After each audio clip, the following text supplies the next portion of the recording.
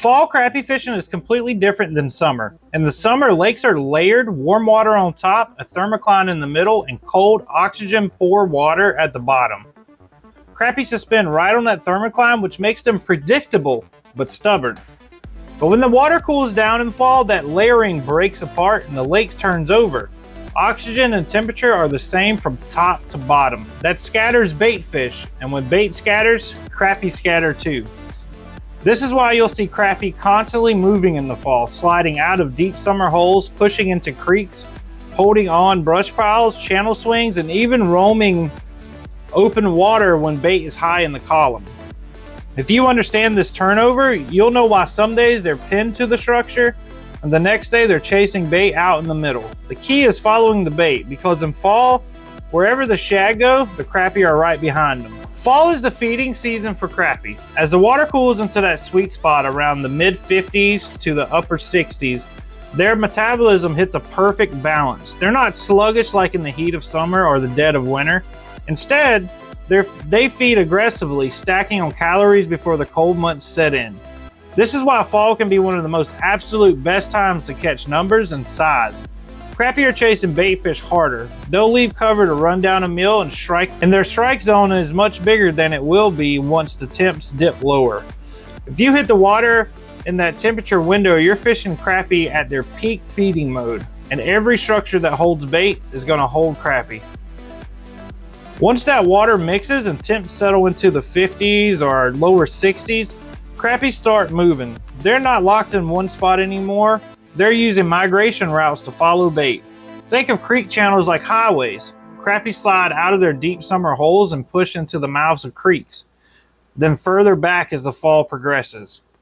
Channel swing banks, points, and bends are major stopping points.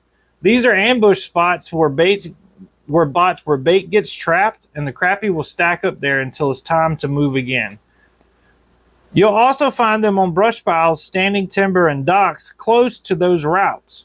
But here's the key: they won't always stay tight to cover, and fall crappie roam more than any other season. If the bait moves out over open water, the crappie are right behind them. So the game is simple: find the bait and you'll find the crappie. Electronics make this easy. You're not hunting for fish, you're hunting for food. Once you figure out exactly where the shad are, you can easily predict where the crappie will. About the actual spots crappie hold on once they've moved. In the fall, structure is everything. Brush piles, laydowns, standing timber, docks. If it holds bait, it will hold crappie. Early in the fall, you'll see fish slide up shallower, especially around brush or docks close to the creek channels. But as soon as the season pushes on and the temps get into those 50s, they'll begin stacking deeper on main lake covers. Things like channel edges, bluff walls, deep timber. The big mistake anglers make is assuming crappie are always glued to cover. In the fall, they're often suspended just off of it, following the schools of bait. That's why side imaging and forward-facing sonar are so valuable. You can see the fish are tight to the brush or just roaming 10 feet off of it.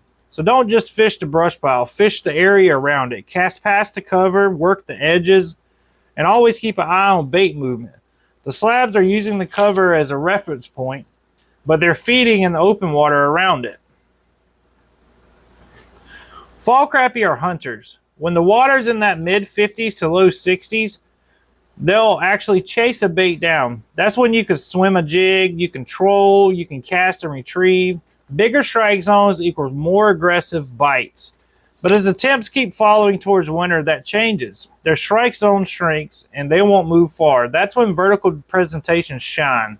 Dropping a jig straight down in their face, sitting tight on brush, or hugging on the channel edge is probably the best bet once those water temperatures come down.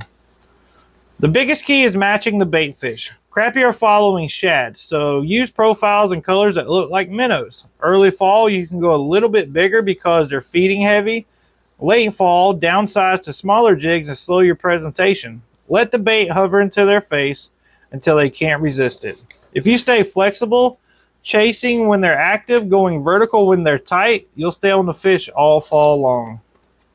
Reel 'em up real tight, tug on that line. Crappie man lures, making the catch to find on YouTube.